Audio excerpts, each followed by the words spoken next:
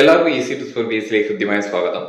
നമ്മളിന്ന് ക്ലാസ്സിലേക്ക് കടക്കുന്നതിന് മുമ്പിട്ട് ഞാനൊരു യൂട്യൂബ് ചാനലാണ് നിങ്ങൾക്ക് പരിചയപ്പെടുത്തുന്നത്. അതായത് PSC നോക്കുന്ന കോമ്പറ്റേറ്റീവ് എക്സാമിന് പ്രിപ്പയർ ചെയ്യുന്ന വിദ്യാർത്ഥികളെ സംബന്ധിച്ച് ഏറ്റവും ഗുണകരമായ ഒരു മാത്സ് വാല്യൂ എന്ന് പറയുന്ന ഒരു യൂട്യൂബ് ചാനൽ, അതായത് വയനാട് ജില്ലയിലെ ശരത് സാറിന്റെ യൂട്യൂബ് ചാനൽ വളരെ ഇൻഫോർമേറ്റീവ് ആണ്. അതുപോലെ തന്നെ പ്രീവിയസ് ക്വസ്റ്റ്യൻസും കാര്യങ്ങളും ട്രിക്സും അതൊക്കെയാണ് അദ്ദേഹം ആ ചാനലിലൂടെ ക്ലാസ് ആയിട്ട് കൊടുക്കുന്നത്. മാത്സ് ബുദ്ധിമുട്ടായി തോന്നുന്നവർക്ക് മാത്സിന്റെ ഭാഗങ്ങൾ വളരെ എളുപ്പത്തിൽ കൈകാര്യം ചെയ്യാൻ സഹായിക്കുന്ന ക്ലാസ്സുകളാണ് ഈ ചാനലിലൂടെ നൽകുന്നത്.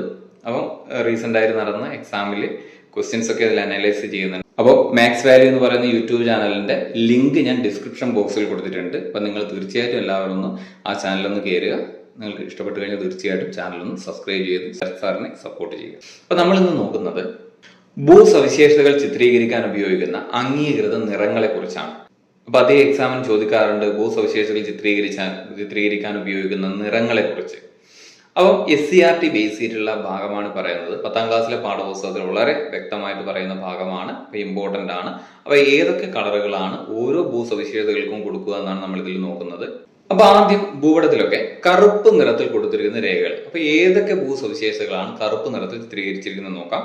അതിൽ ആദ്യം ഏറ്റവും പ്രധാനപ്പെട്ടത് അക്ഷാംശ രേഖാംശ രേഖകൾ. അപ്പൊ അക്ഷാംശ രേഖാംശ രേഖകൾ രേഖപ്പെടുത്തിയിരിക്കുന്ന നിറം എന്താണ്? കറുപ്പ് നിറത്തിലാണ് അക്ഷാംശ രേഖാംശ രേഖകൾ.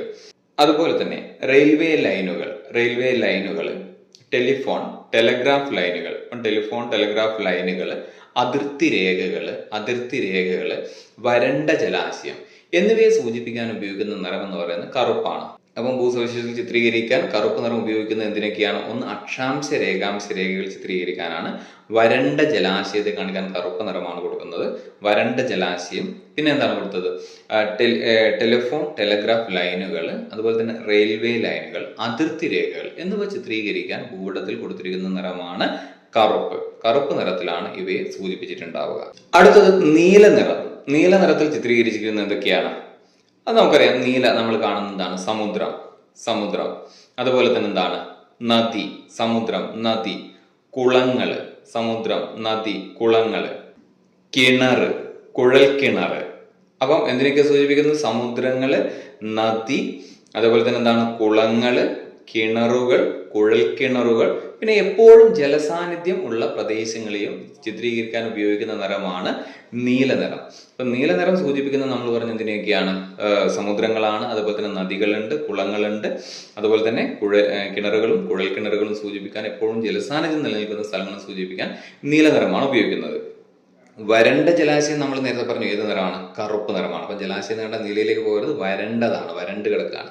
അപ്പൊ വരണ്ട ജലാശയം സൂചിപ്പിക്കാൻ കറുപ്പാണെങ്കിൽ സമുദ്രങ്ങളെയും അതുപോലെ തന്നെ നദികളെയും കുളങ്ങളെയും കിണറുകളും കുഴൽക്കിണറുകളും അതുപോലെ തന്നെ ഇപ്പോഴും ജലസാന്നിധ്യം നിലനിൽക്കുന്ന പ്രദേശങ്ങൾ സൂചിപ്പിക്കാൻ ഉപയോഗിക്കുന്ന നിറമാണ് നീല. അടുത്ത പച്ച നിറം. എപ്പോഴും നമുക്കറിയാം പച്ചപ്പല്ലേ, പച്ചപ്പ്, ഇലകള് ഓർമ്മിക്കാം.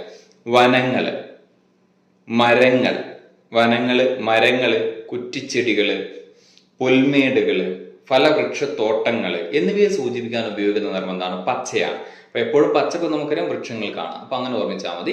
അപ്പൊ എന്തിനൊക്കെയാണ്? വനങ്ങളുണ്ട്, അതേപോലെ തന്നെ പുൽമേടുകൾ സൂചിപ്പിക്കാൻ പച്ച നിറമാണ് ഉപയോഗിക്കുന്നത്. അതുപോലെ തന്നെ വൃക്ഷങ്ങള്, കുറ്റിച്ചെടികൾ സൂചിപ്പിക്കാൻ എന്താണ്? പച്ച നിറമാണ് ഉപയോഗിക്കുന്നത്. അതുപോലെ തന്നെ പിന്നെ വരുന്നതാണ് എന്ന് പറയുന്നത് ഫലവൃക്ഷത്തോട്ടങ്ങൾ. അപ്പൊ എന്നിവ സൂചിപ്പിക്കാൻ ഉപയോഗിക്കുന്ന നിറം പച്ച. അപ്പൊ നമ്മൾ കറുപ്പ് പഠിച്ചു, നീല പഠിച്ചു, അതുപോലെ തന്നെ പച്ച പഠിച്ചു. അടുത്തത് എപ്പോഴും തെറ്റിപ്പോകുന്ന ഒരു ഭാഗമാണ് കൃഷിസ്ഥലങ്ങൾ സൂചിപ്പിക്കാൻ ഉപയോഗിക്കുന്ന നിറം എന്താണ്? അപ്പം ഒരുവിധം എല്ലാവരും പെട്ടെന്ന് എഴുതുന്നതാണ് പച്ചയാണ്. എന്നാൽ കൃഷിസ്ഥലങ്ങൾ സൂചിപ്പിക്കാൻ ഉപയോഗിക്കുന്ന നിറം എന്ന് പറയുന്നത് മഞ്ഞയാണ്. ഇങ്ങനെ ഓർമ്മിച്ചാൽ മതി. വയൽ പ്രദേശം, നെല്ലൊക്കെ നമ്മൾ നെല്ല് കൊയ്യാനാകുന്ന സമയമാകുമ്പോഴേക്കും അതിനെന്താണ്? നല്ലൊരു മഞ്ഞ നിറം, അല്ലെ? പഴുത്ത ഇലകളൊക്കെ പഴുത്ത് നിൽക്കുന്ന സമയമാണ്. അപ്പൊ മഞ്ഞ നിറം ഓർമ്മിക്കുക. അപ്പൊ ഓർമ്മിക്കുക, കൃഷിസ്ഥലങ്ങൾ സൂചിപ്പിക്കാൻ ഉപയോഗിക്കുന്ന നിറം എന്താണ്? മഞ്ഞ. അതുപോലെ തന്നെ തരിശു ഭൂമികൾ സൂചിപ്പിക്കാൻ ഉപയോഗിക്കുന്ന നിറം വെള്ള നിറമാണ്. തരിശു ഭൂമിയെ സൂചിപ്പിക്കാൻ ഉപയോഗിക്കുന്ന നിറം എന്താണ്? വെള്ള നിറമാണ് തരിശു ഭൂമികൾ സൂചിപ്പിക്കാൻ ഉപയോഗിക്കുന്ന നിറം. അടുത്തത് ചുവപ്പ് നിറം സൂചിപ്പിക്കുന്നതാണ്. ചുവപ്പ് നിറം എന്തൊക്കെയാണ്? പാർപ്പിടങ്ങള്, നമ്മുടെ വാസസ്ഥലങ്ങൾ, പാർപ്പിടങ്ങള്, റോഡ്, പാതകള്, ഗ്രിഡ് ലൈനുകൾ, അതായത് നോർത്തിങ്സും ഈസ്റ്റിങ്സും അവയുടെ നമ്പർ ഒക്കെ സൂചിപ്പിക്കാൻ ഏത് നിറമാണ് ഉപയോഗിക്കുന്നത്? ചുവപ്പ് നിറമാണ്. അപ്പം ചുവപ്പ് നിറം എന്തൊക്കെയാണ് സൂചിപ്പിക്കുന്നത്? പാർപ്പിടങ്ങളുണ്ട്, അതുപോലെ തന്നെ എന്താണ്, റോഡുകൾ, പാതകൾ, ഗ്രിഡ് ലൈനുകളാണ് നോർത്തിങ്സും ഈസ്റ്റിങ്സും. അപ്പോൾ അതിൻ്റെയൊക്കെ നമ്പറുകളൊക്കെ സൂചിപ്പിക്കാൻ ഉപയോഗിക്കുന്ന നിറം എന്താണ്? ചുവപ്പാണ്. PSC സ്ഥിരം ചോദിക്കുന്നതാണ് കോണ്ടൂർ രേഖകൾ. ഇല്ലേ, സമുദ്രനിരപ്പിൽ നിന്നും ഒരേ ഉയരമുള്ള സ്ഥലങ്ങളെ തമ്മിൽ ബന്ധിപ്പിച്ച് വരയ്ക്കുന്ന സാങ്കല്പിക രേഖയാണ് കോണ്ടൂർ രേഖകൾ. അപ്പം കോണ്ടൂർ രേഖകളും അവയുടെ നമ്പറുകളും മണൽക്കൂനകളും മണൽക്കുന്നുകളും എന്നിവ സൂചിപ്പിക്കാൻ ഉപയോഗിക്കുന്ന നിറം എന്താണ്? തവിട്ട് നിറമാണ്. അപ്പൊ തവിട്ട് നിറം എന്താണ്? കോണ്ടൂർ രേഖകളും അവയുടെ നമ്പറുകളും സൂചിപ്പിക്കാൻ തവിട്ട് നിറമാണ് ഉപയോഗിക്കുന്നത്. മണൽക്കൂനകളും മണൽക്കുന്നുകളും എന്താണ് സൂചിപ്പിക്കാൻ ഉപയോഗിക്കുന്ന നിറം എന്ത് തന്നെയാണ്? തവിട്ട് നിറം. അപ്പം ഇത്രയുമാണ് പ്രധാനപ്പെട്ട ഭൂസവിശേഷതകൾ സൂചിപ്പിക്കാൻ നമ്മുടെ ഭൂപടത്തിൽ എന്താണ് സൂചിപ്പിക്കുന്ന നിറങ്ങൾ എന്ന് പറയുന്നത്.